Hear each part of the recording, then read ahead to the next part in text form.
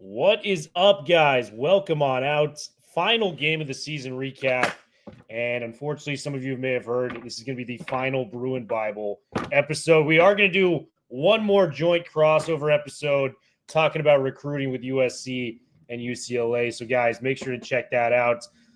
Before we get in, Thrill, just to be clear though, right? We don't want to kind of confuse the fans. This is unfortunately the last day with Thrill on the Bruin Bible. It's not the last day of the Bruin Bible. It's the last day of Thrill on the Bruin Bible, and so it's a big farewell for sure. But we'll be making some announcements on the other side of the holidays about the future of the show with LAFB and so forth. So a bittersweet day indeed, Thrill. But I don't want to confuse the fans. Yeah, no, we're definitely going to be moving forward. LAFB is going to have a lot more stuff coming for you guys for UCLA stuff. Let's dive into the advertisement. BetOnline is the world's most trusted betting platform and your number one source for everything football. BetOnline has every stat, every matchup, and even live odds and spreads to bet on during the games. Think you know your stuff? Get in on our $200,000 mega contest and pick 5 games against the spread every week for your chance at weekly prizes and a share of $200K. When the game's over, head on over to our online casino and get in on our game of blackjack or poker or unwind with one of our over 150 slot games. Head to the website today to get in on the action. Bet online. The game starts here. All right, I think we got enough people in the chat. Let's get this thing rolling. 5, 4, 3, 2, 1. What is up, UCLA Bruin fans? Going to be signing off here as this will be my final show. UCLA LAFB will continue to be the strong engine it is for all your UCLA football coverage. Got the madman to my right. What a victory to end the season, 20-13. We got over the hump of Fresno State, man. This was a team UCLA had not beaten since the year 2000, since the millennium. It had been 24, almost 25 years since this occurred. Big-time victory. I mean, I was a little nervous at halftime. You're down 10-6. They get the ball after half too, so they can get all the momentum. Defense flipped a switch in the second half, as well as the offense kind of woke up a little bit. Garber's just closing out his UCLA career with some big time plays. 289 yards of passing, a touchdown, and no interceptions. A lot of things going forward. But Madman, talk to me first and foremost about what you took away from the game yesterday and how exciting it was to maybe close out the season. Winning 4 of your last 6. There is a little bit of string of positivity for UCLA as we head to the offseason. Definitely will. It was obviously a bittersweet day. And we talked so much about it earlier in the week where it was going to be, what is the disposition of this team ultimately on this last day? We had talked about some key matchups on the field, but this was really going to be about UCLA's enthusiasm and intensity and just willingness to kind of give an A-plus effort over 60 minutes after the heartbreak of the victory bell, after knowing that they're not going to be bowl eligible, potentially. I think there's we'll get to that in a second. But how would they sort of close out this season, and what would their level of motivation be? And Will, to your point, that first half was very interesting, right? I mean, it was sort of what we almost feared was going to happen, that UCLA was going to be a little bit lackluster in terms of the emotions. Fresno State was going to treat this like the big game at a Rose Bowl that we all thought it would be. 12:30 start, only about 35,000 fans out there, quite a few Fresno State fans out there. So the energy was sort of lacking in that first half. And I think down 10-6, to your point, some missed opportunities, but offense playing in spots, defense playing in spots. I think at halftime, they all sort of galvanized together. The 42 seniors galvanized together and said, look, we got one half left. Let's close this out right. Immediately got a 3-and-out and then had a terrific drive there to go up 13-10, courtesy of that huge kind of 35-yard play to Motavao that really kind of set some things up. Harden walks it in 13-10. And then it was kind of a dogfight the rest of the way, Will. I mean, it was 13-10 from 12 minutes, 11 and a half minutes to go in the third quarter, all the way until, inside 4 minutes, 3.5 minutes on that final UCLA drive where the game could have kind of swung either way. And then I thought it was so fitting and symbolic that the very last possession of Ethan Garber's career as a UCLA Bruin, he not only leads them to a touchdown, he not only finds J. Michael Sturdivant for the touchdown, but the drive ended up going 4 for 4 on third down. And he was able to sort of execute in the biggest of moments to be able to close that game. Obviously, it became 20-10. And then at that point, it was just kind of prevent defense to sort of make it 20-13. But a really nice way to close things out. We had talked about kind of three guys in particular that this sort of was going to mean a lot to: Carson Schlesinger, Ethan Garbers, and then ultimately Eric Bieniemy. And I thought Garbers really ended it the right way. I'm sure we'll talk a ton about Schlesinger and what he meant to this game and just this overall season. And then obviously I think we'll discuss more about the future of Bieniemy moving forward. But it's always really nice to end it on a victory. You can feel good about yourself. And now you can sort of turn the page into 2025 with sort of a freshness and a closure. I think it would have weighed heavy on Deshaun Foster if for 42 seniors they weren't able to sort of win this final game at home against Fresno State. The fact that you're able to do that, I think, gives you a sense of closure and a feeling of accomplishment that you were responsible in the right way for these seniors that shepherded this program along through some really good times. Let's not forget, Will, this senior class, their first 3 years, 25 wins over 3 years, which is one of the highest 3-year outputs in the history of UCLA football. The record is 29, and they were able to get to 25, had some big moments there, some near misses, but a couple 8-win seasons, a 9-win season, a bowl victory, and now kind of ending it on their final game. So you got to be feeling good for those seniors in particular moving forward. Yeah, and I think there's a lot of different ways we could start with this. Schlesinger, I mean, just making a case to be the Butkus Award winner. I mean, 15 tackles, had that critical sack to kind of get UCLA's defense and team just back in general. By the way, took the cake for the worst special teams play I've ever seen. When we blocked the punt, Schlesinger did everything right, blocks the punt, they recover, they rip him down with a face mask, they get the ball back plus 15 yards. Took the place, if you remember, the South Alabama fake field goal 2 years ago at the Rose Bowl, which, I mean, was unbelievable. A game we should not have won by all measures. That, I mean, just you get the block, everything's going right. Why do you got to just bring him down with a face mask? The play is nearly whistled dead. That's neither here nor there, though. Carson Schlesinger, I mean, just one of the all-time stories. We've talked about it all year long. A walk-on, a guy that, you know, would be lucky to start one game in a lot of scenarios, starting where he did on the depth chart, has become and blossomed into arguably the best linebacker in America. These are stories you can't make up, and it's a real testament to my MVP of the coaching staff this year, Kaika Malloy. What a fantastic job he did. And, you know, the fearsome foursome, you know, I think our guy, Femi, didn't see a lot in the stat sheet from him yesterday. But Kane Medrano, 3 tackles for a loss yesterday in his final game as a Bruin, a guy that's made countless big plays for UCLA over the years. Jay Choya had his younger brother in the crowd yesterday, who's a top-level recruit for 2027, had a really nice tweet about his times of being a Bruin. He said there were some ups, there were some downs. I'm glad I did it in the blue and gold, you know, kind of to paraphrase what he did. Just an elite defensive group. And, boy, from the second half on, they really were able to stifle this Fresno State offense, allowed only 3 points moving forward from that. But let's talk about our guy Motavao too, because what an all-time performance from the tight end right here. 8 catches, 120 yards. I looked up a stat where coming into the Rutgers game this year, he had only, recorded 3 catches at most coming into a game. He has exceeded that 4 of the last 6 games, including a high of 8 with this final game. He had 6 catches against the likes of Iowa, 7 against Nebraska. Maliki Motavao, I mean, I think he stamped himself a legitimate shot at an NFL future by closing out this game in such a big way. You mentioned the 35-yard catch. Talk to me about our boy Motavao, because what a performance he put out on the Rose Bowl in his final game as a UCLA Bruin. No doubt, Will. And he was the most consistent offensive weapon that UCLA had all season. And to your point, he really came on. We talked so much about this second half, right? I mean, it was a 1-5 start. It was a 4-2 finish. But when you look at Motavao's performance over those 6-game splits, it really correlates with the more Motavao got the ball and the more he got involved in the offense, the more success UCLA was able to have. I think the key with Motavao, Will, is just his overall versatility. You start with the soft hands, you've got the agility, but he's also a really good blocker. He can do so many nice things.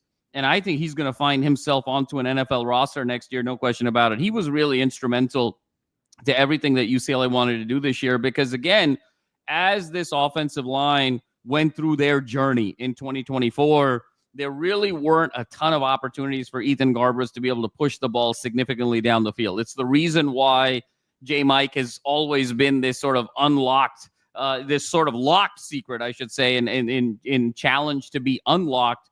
And, there was a couple deep balls there to Gilmer over the course of the season. But by and large, this was an offense that was heavily reliant on TJ Harden out of the backfield, and then Maliki Motavao, and then Loya in the slot when, there was a choice to really emphasize giving him the ball. So the fact of the matter was, when this offense was successful, the ball had to get out really quickly. It was 1-2 read type of plays. And in order to be able to do that, invariably, if you want to have any sense of wanting to control the middle of the field with that type of a style, you have to have a tight end that really knows what he's doing and is really a budding star. And I think the interesting piece with Motavao, Will, is we weren't actually even sure, if you recall at the start of the season, whether he was going to be the primary tight end or not. I mean, let's not forget our good friend Hudson Habermel. We thought he was going to be the tight end that really potentially had the chance to be the leading receiver on this team with all of his athleticism and flexibility. We thought of Motavao more as the blocking tight end that would come into red zone situations. Obviously, Habermill unfortunately gets hurt, close to the start of the season. It puts Motavao in kind of more of a lead role, and he was able to show it all. Not only was he able to fortify his blocking technique and his skills in that regard, but then to be able to balance it and being kind of the explosive offensive player that I think he had the tutelage for, but we just hadn't seen it on film. So I think Motavao is making a lot of NFL GMs very excited. He could be one of those, hidden gems in the draft, even if he's sort of an undrafted free agent. I think he's a guy that has a real opportunity not only to make an NFL roster, but stay in the NFL and be a contributor for many years. And I think the piece that I've seen over the last 6 games kind of evolved for him. We knew he was a great blocking tight end. We knew he was a very sure-handed pass catcher.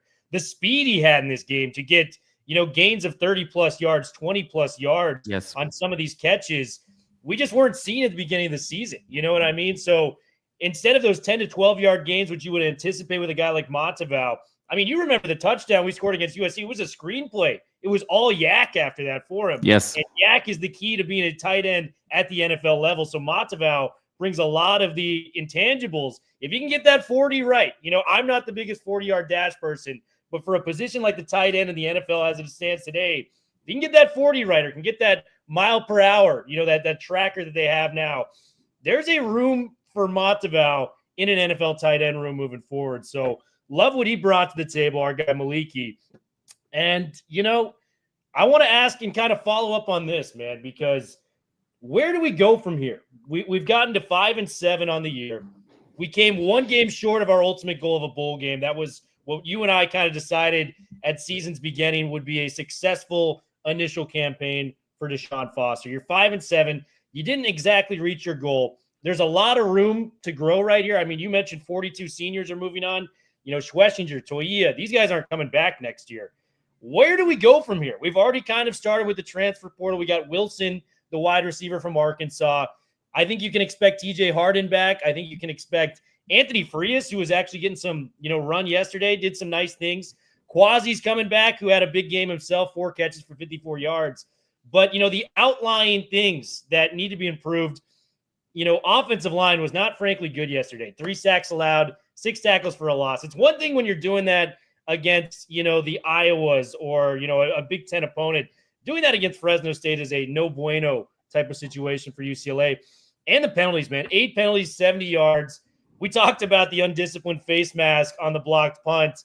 This team has got a long ways to go in those 2 areas, where it's trench play and discipline and just building the roster. Where would you start for UCLA football as we head into 2025? Yeah, well, I mean, it's a great question. I think the work really begins now for Deshaun. This is now the beginning of really his era, because let's not forget, he inherited the job in February, late February. The recruiting class was sort of set. This team's roster was pretty set. What he had control over was the coordinators that he wanted to bring on and the coordinators he wanted to keep. That was really the only strategic decisions he could make at that particular point in time. and then roll with the roster that he had. Obviously, there was a couple of picks there in the transfer portal in that spring cycle, but he was sort of limited in what he can do. This is now his first full off season where he has the full reins of the football program. And so in many ways, Foster's head coaching tenure begins now. And where we go from here is really critical, Will. I think there's three things that he's got to really focus on. The first is, we talked about it, the 42 seniors that are leaving. And that's a huge number, right? I mean, that's a massive number. And there's really going to be a mass exodus of players here. I mean, we're talking about, just from a pure senior standpoint, Toia, Madrano, Femi, KJ Wallace, on down the list you go from a defensive standpoint. Will 11 of the top 12 tacklers on this team are either out of eligibility or most likely will move forward. That's a huge number. So it's not even just the quantity of players, but it's their impact. Then when you look at the offensive, that's just defense. That's just defense.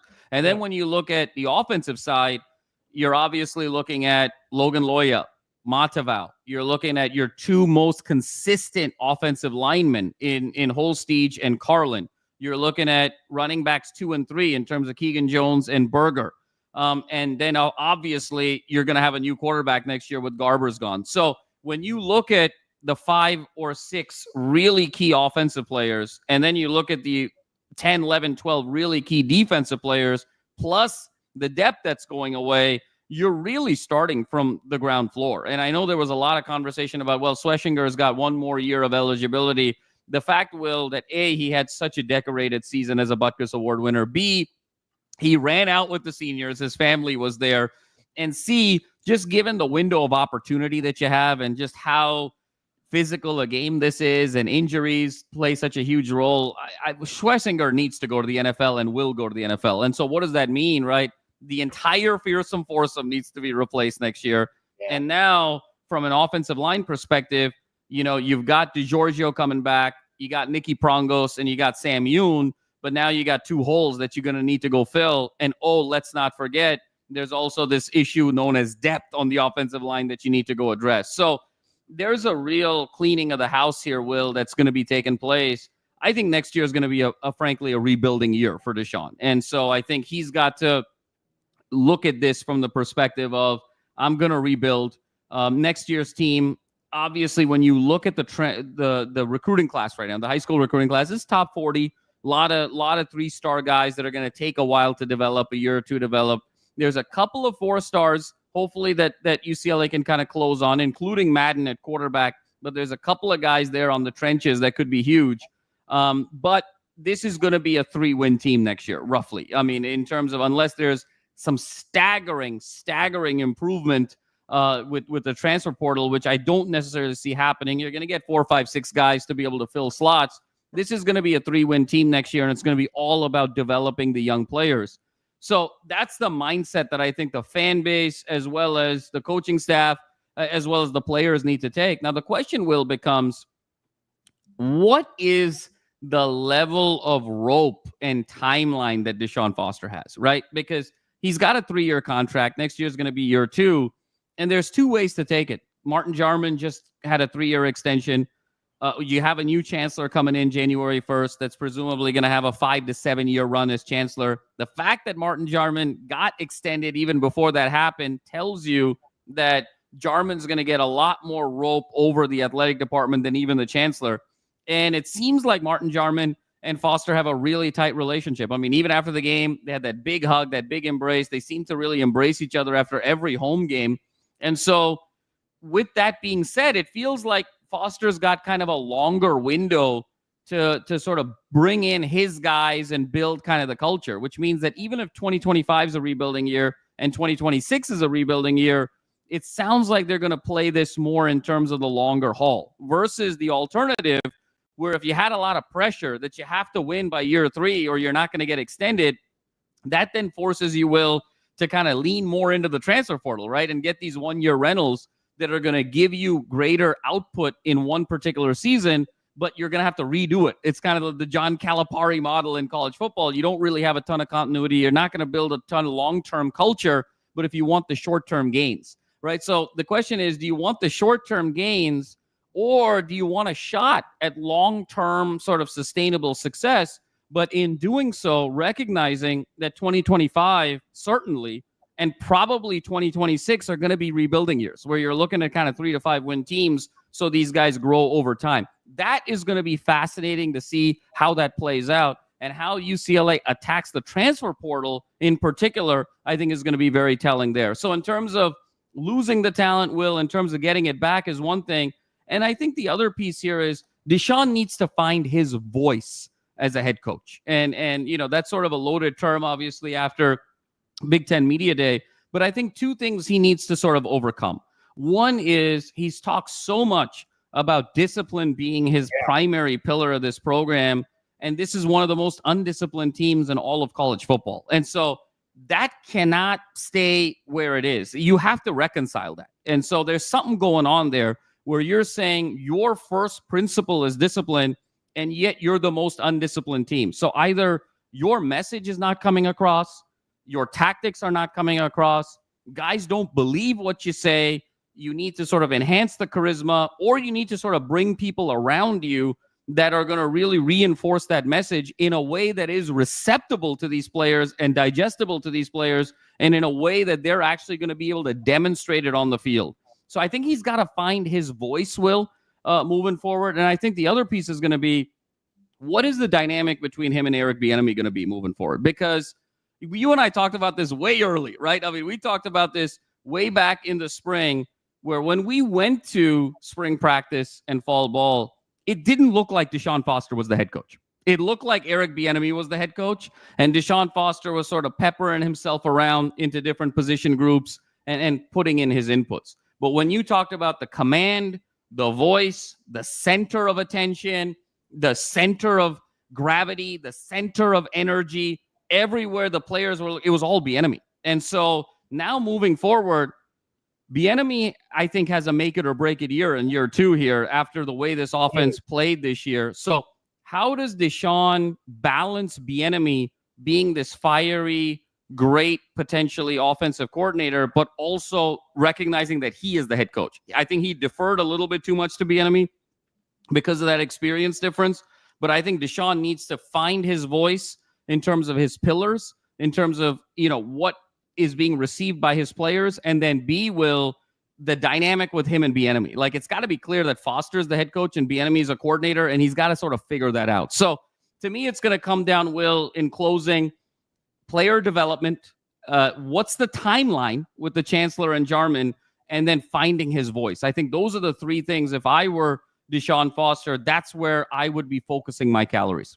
Yeah, and I think when Jarman made the decision to hire Deshaun, it was with the intent of, hey, you're learning on the job, so we're going to give you a little extra time in this process. That was the point of hiring a guy like Eric Bieniemy in the first place, right? Was this guy's been a coordinator at the very least. You can learn from him.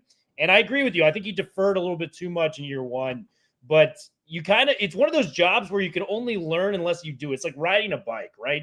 Being a head coach at the college football level. So while we didn't reach that goal, he still made some nice gains at the end of the year. I don't want to completely write off the Deshaun era just yet, but next year is going to be critical, and you're losing pretty much everything that made you a good or a decent football team this year. So you got to kind of retool that. Discipline thing is very real to me. And, I've had this thought in my mind. I would, we are fortunate enough to be close enough to where the Navy SEALs are in San Diego. I would send the football team out there. Yeah, that's a great point. Send them out there. Do whatever it takes to make this team disciplined, because your lack of discipline was mind-blowing this year for it being the first pillar of your success. You got to do whatever you can to build this team up. I've seen different quarterback camps and different football teams have the honor and the privilege of training with some of the most mentally tough, disciplined people there are in society, which are these Navy SEALs.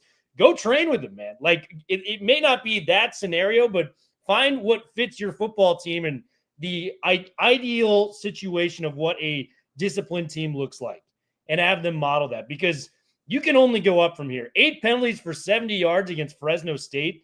I mean, that nearly cost you the goddamn game yesterday. Like, you got to be better than that when it comes to football. So completely agree on that front. And when it comes to the transfer portal, guys, we are finally in an era where you can make a difference in the transfer portal yourself. Hell, Michigan just got their quarterback because an alumnus opened up his wallet. I'm not calling all of our alumnus Larry Ellison, but guys, Champions of Westwood is right there. Maybe it, requires an email to going to Casey Wasserman or one of these big time, donors when it comes to UCLA. But you guys can make a difference. You guys want to see your football team be successful and beat that team across town. Open up your wallets, open up your hearts, go get those guys, man. It may take, 20 to 30 bucks, but if everyone does it, that becomes a lot of money where you can put to a different player. So look at Champions of Westwood. I think that's a very key route for UCLA if you guys want to get things rolling with that. So, yeah, I think there's a lot to look forward to when it comes to the NIL side of things. Do you have a point to follow up on that? Yeah, no, Will. It's so well said. And I think there's also one other element here that I think we need to sort of look at. And it is going to be Chancellor Julio Frank. Because, Will, I think for fans who are getting restless about what the future of UCLA football will hold, and we've talked about this in the past, you have to have certain policies, like it or not, within your university if you want to prioritize football. And what I mean by that specifically is you're going to have different admission standards for football players, and you're going to have different majors for football players. There's just a reality there. And we can talk all we want about what higher education is supposed to be and what equity is supposed to be and all of those things. I mean, those are all very fair points. But the reality is, if you want to prioritize football, you need to have a separate admissions track for football players, and you need to have separate majors for football players. And it has nothing to do with intelligence. It just has to do with how much time goes into being a college football player. You cannot treat being a college football player or a decorated high school player with aspirations of Division I college football in the same vein and having the same bandwidth and availability to do all of the things that a traditional student will do. And this is the thing that Chancellor Charles Young knew so well and so intimately.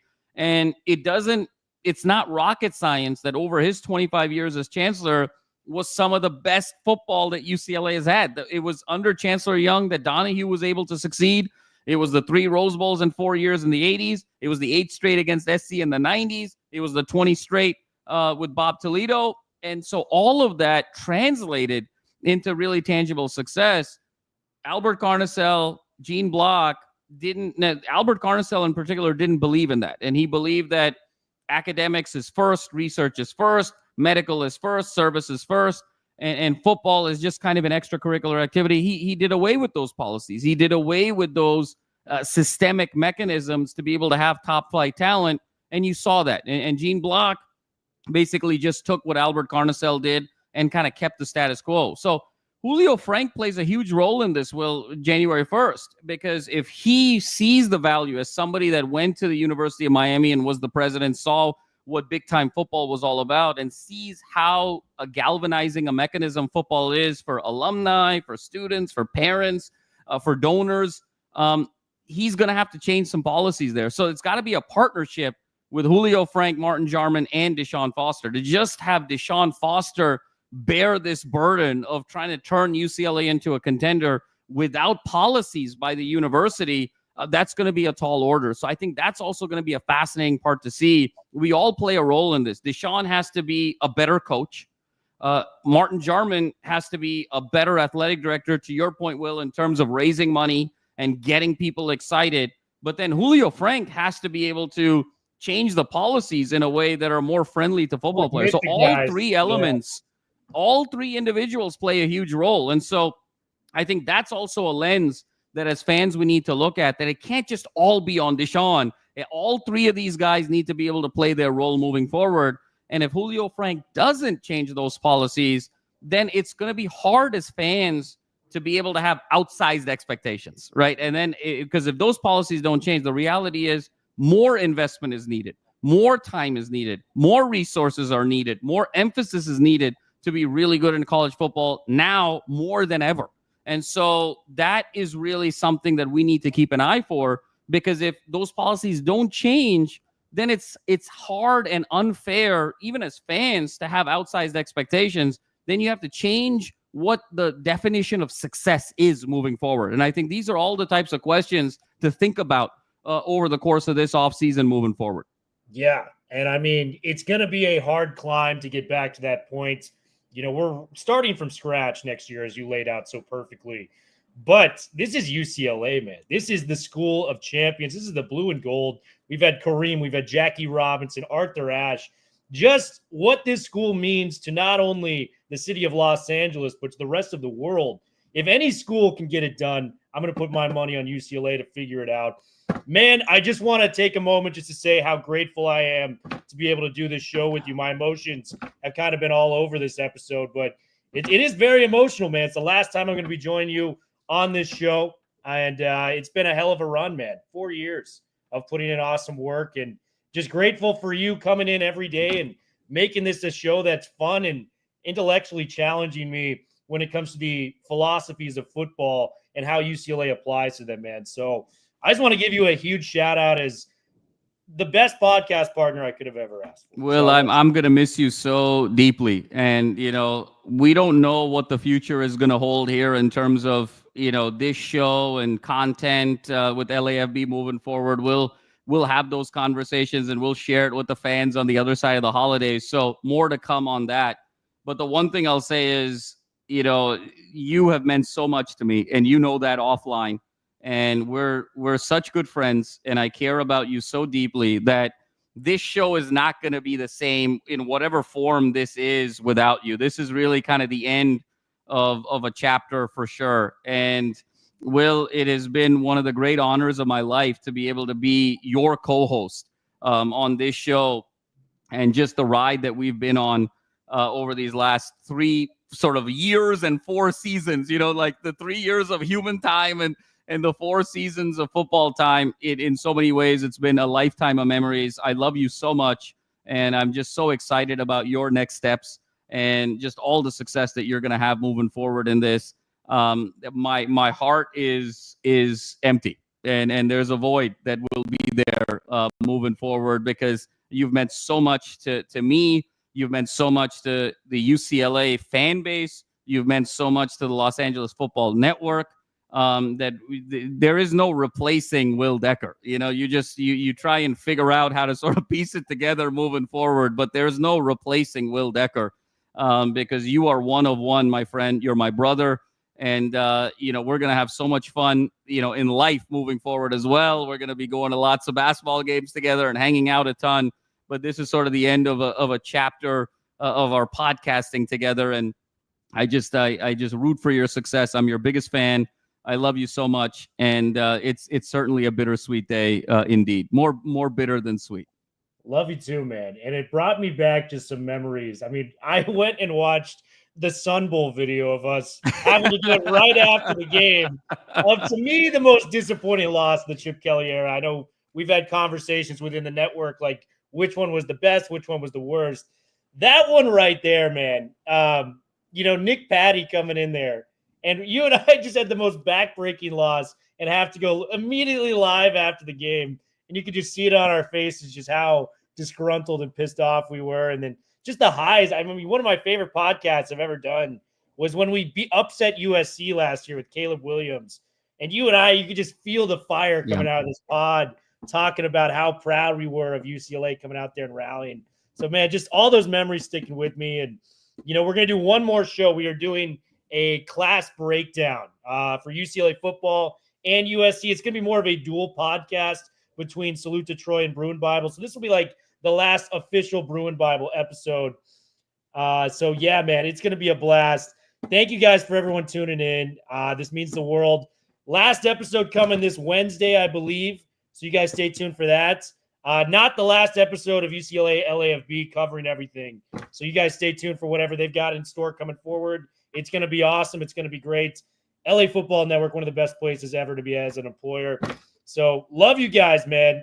4's up as always. And we'll be talking very, very soon. Bruins closed the season on a W, 2013 over Fresno State. 4's up.